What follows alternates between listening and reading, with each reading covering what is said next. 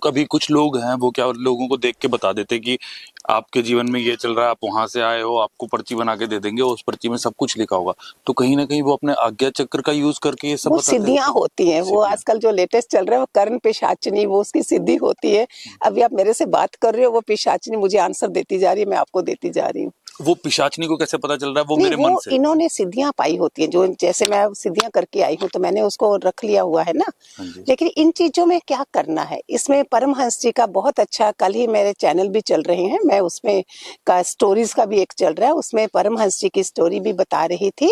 एक बहुत अकड़ा हुआ सन्यासी उनके पास आया, और नजर मैं अपने को भी देखती हूँ, मुझे पता है कि अगर तुम्हारी नजर क्या हो, तुम समझ जाते हो कि इंसान कैसा है। सन्यासी भी है लेकिन अकड़ा हुआ भी है। अकड़ा हुआ क्यों है? क्योंकि वो पानी पे चल सकता है। अभी बताओ, परमहंस जैसे उनके पास कोई आए तो वो कैसे छोड़े? तत्व ज्ञान, आत्म ज्ञान ये वाला है जहां हमें ये सिद्धियां, ये सब चीजों में नहीं पढ़ते हैं। मतलब कोई अपने आज्ञा चक्र तक पहुंच चुका है तब भी वो तत्वज्ञानी अभी नहीं हुआ है। अगर वो गिर जाता है, गिर जाता है। इसमें बहुत चांसेस होते हैं, तो इसलिए बड़ा ही संभलना है इसको। तो वो पानी पे चलता था। अभी परमहंस ने क्या बताना है, तो उन्होंने एक नाव ली, नाव में घूम फिर के आगे उसी के सामने, तो बोला भैया कितने पैसे? नाव वाले ने बोला 2 पैसे उनके टाइम पे। फिर उसको बोला देख तूने कितना टाइम लगाया पानी पे चलने के लिए? बोलता 20 साल। बोलता वही 2 पैसे में तू कर सकता था। ये हम किसको, इसको आत्मज्ञान नहीं बोलते, ये सिद्धियां होगी लोगों को इम्प्रेस करने के लिए। मैं बहुत बार बोलती हूँ, मुझे पॉडकास्ट में इसलिए मत लाइए कि लोगों को हमने कोई इम्प्रेस करना है। हमारी इंटेंशंस मेरी क्या होती है, किसी का तो एक का तो भला होगा। बिल्कुल। कोई एक ही बन जाए ना, नहीं बड़े आपके व्यू बड़े नहीं कुछ हो, कोई एक तो होगा जो जानेगा।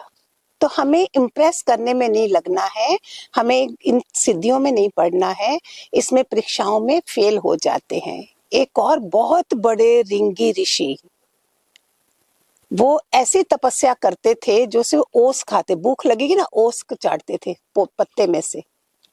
अभी उनको राजा ने यज्ञ के लिए बुलाना है, किसी की हिम्मत नहीं है कि, सुनना ध्यान से, बहुत अच्छा है कि फिसलते कैसे हैं।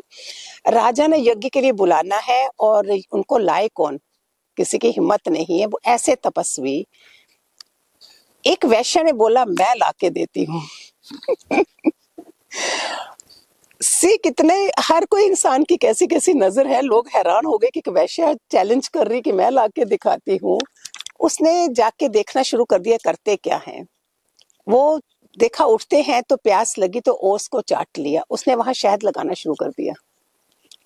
तो इंद्रियां सारी, अगर हम व्रत भी रखें ना थोड़े दिन, तो हमें भूख बंद हो जाती, क्योंकि आदत पड़ गई इंद्रियों को। जितनी ये इंद्रियां प्रबल होंगी उतना हमारा अध्यात्म में मन नहीं लगेगा। इन इंद्रियों को हम सादा सात्विक आहार खाते हैं, पीते हैं, हम रजोगुनी खाने नहीं खाते हैं, तो हमारे अंदर का सिस्टम ठीक होता है। शहद लगाया तो उनको मजा आने लगा, इंद्रियां सीधा, वैश्य की बुद्धि कितनी वो है, उनको मजा आने लगा। धीरे धीरे धीरे वो क्या करने लगी, आगे उसने खाना भी रख दिया, प्लेट भी आ गई, थाली। वो बोलते वाह भगवान, ये भगवान की मर्जी होगी, चलो मुझे, मैंने इतनी तपस्या करी, देखो फिसले ना, कहाँ बैठे हुए थे। अभी उस राजा के यज्ञ में जाना है। वैश्या जी, उनसे शादी भी हो गई है, 2 बच्चे भी हो गए हैं। लोग सारे छतों पे खड़े हैं कि इतने महान ऋषि के दर्शन करने हैं हमने। आगे वो है, बीच में 2 बच्चे हैं, पीछे वो पत्नी बन चुकी है। जब उधर तक पहुंचे, देखा लोगों ने हंसी उड़ाई जोर से, उल्टे पांव भागे, फिर तपस्या में चले गए। इतने महान लोगों के फिसलने की है, तो बताओ हमारे जैसे लोगों का क्या हाल होगा। बिल्कुल, आपने जैसे बताया कि अगर मैं मूलाधार से ऊपर तक जा रहा हूँ तो कहीं ना कहीं इसमें एक बताते भी लोग कि ब्रह्मचर्य का मुझे पालन करना पड़ेगा। तो ये ब्रह्मचर्य क्यों जरूरी है? खाली इसीलिए कि मुझे। ब्रह्मचारी यूथ के लिए बहुत इंपॉर्टेंट है।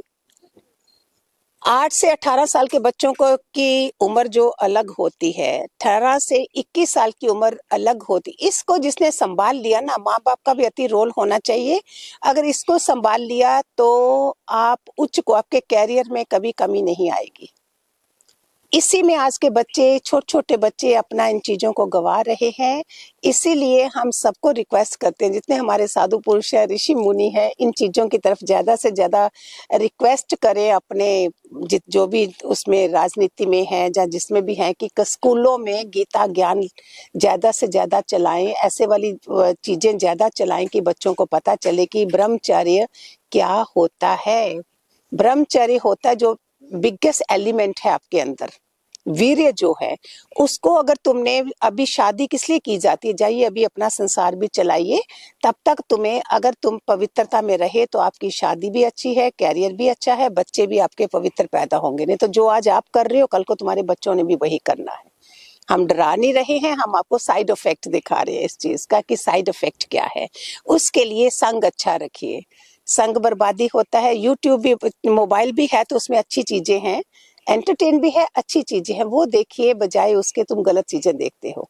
मैंने तो ये भी बोला था पॉर्न बैन होना चाहिए सारा। क्यों हो, बड़े भी देख रहे हैं, छोटे भी देख रहे हैं, आपको पता नहीं है कितना हमको तकलीफ होती है इन चीजों की। मैं तो सब संत महात्माओं को बोलती हूँ जो हमारे हैं, कि क्यों नहीं इन चीजों के पास पढ़ के आप कोशिश करें, हम सारे आपको सपोर्ट करें कि ये सब चीजें खत्म हो। फिर बच्चा, उसके आगे सब कुछ खुला है, और बोलो जी ब्रह्मचर्य में रहे, वो कैसे रहेगा, कैसे पॉसिबल है? जब तक घर का एनवायरनमेंट उसको दिया जाए, वैसी पढ़ाई दी जाए, वैसा उसके कमरे का एनवायरनमेंट बनाया जाए, और सोए भी वो मोबाइल 10 बजे बंद हो जाए, 5 बजे उठ जाए। जो रातों को बच्चे पढ़ते हैं, हम तो अगेंस्ट हैं, वो याद कुछ नहीं रहता है। इसके बजाय 10 बजे सो जाओ, 3 बजे उठ जाओ, 4 बजे उठ जाओ, ब्रह्म मुहूर्त का टाइम है। हम खुद उठते हैं 3:30, हमारा टाइम है उठने का। गुरु माँ, मैंने बहुत से तांत्रिकों से भी बात की है, लेकिन उनका क्या कहना है कि वो इस चीज को, जो मतलब सेक्सुअलिटी है, उसको भी कहीं ना कहीं अपने तंत्र साधना में यूज कर लेते हैं। मुक्ति का एक मार्ग इससे भी कुछ तंत्र के रूप में वो निकाल लेते हैं। तो क्या ये संभव है या फिर वो कुछ और होता है? आप फिर अज्ञानी होके जाते हो। अगर आप ऐसे लोगों के पास जा रहे हो ना, आपके पास आंसर होना चाहिए। आप थोड़ी इम्प्रेस हो जाते हो आप साधु संतों से। मैं नहीं होती हूँ। ब्रह्मचर्य के लिए वो बड़े बड़े साधु संतों ने क्या करा, उन्होंने उसको आसन को साधा। ब्रह्मचर्य आसन है जिससे सारी ऊर्जा हमारी ऊपर को जा रही है। तुम 7 दिन लगातार करो, 11 दिन करो, 21 दिन करो, 40 दिन मैक्सिमम। आप देखो कहाँ से कहाँ पहुंचोगे। आपका इंटरेस्ट ही रहेगा दुनिया, इन चीजों की तरफ। अगर वो साधु भी ऐसे बोल रहे तो इन बेचारों का क्या होगा? नहीं, उनका कहना है कि मैं इसको भी कॉन्शियसली कर सकता हूँ कि अगर मैं वैवाहिक जीवन जी रहा हूँ तो मेरे लिए वो वासना एक वो नहीं बन रही है, कि मजबूरी नहीं है। वो मीट भी खा लेते हैं, वो यही बोल के कि मैंने खा लिया इसको, लेकिन मैं अपनी साधना में इतना सशक्त हूँ कि जो तो तांत्रिक लोग उनको छोड़ो, उनको इसमें क्यों लाए हम बेचारे, वो तो जो मर्जी करें बाहर जाके, उनका हमारा मतलब नहीं है। नहीं, वो वो जा तो अघोरी सभी एक तरीके से रास्ते पे जी रहे हैं ना। हम तो सात्विक सिद्धियों वाले लोग हैं, हमें सात्विकता में रहना है। वो अघोरियों के और इनकी बातें, आपके पास जवाब तड़क होना चाहिए। आपको भी हक है पूरी शादी करने का, बच्चे पैदा करने का। तो आप गृहस्थ आश्रम की बातें अलग हैं, इनकी बातें अलग हैं, हम उसको मिक्स कैसे करें?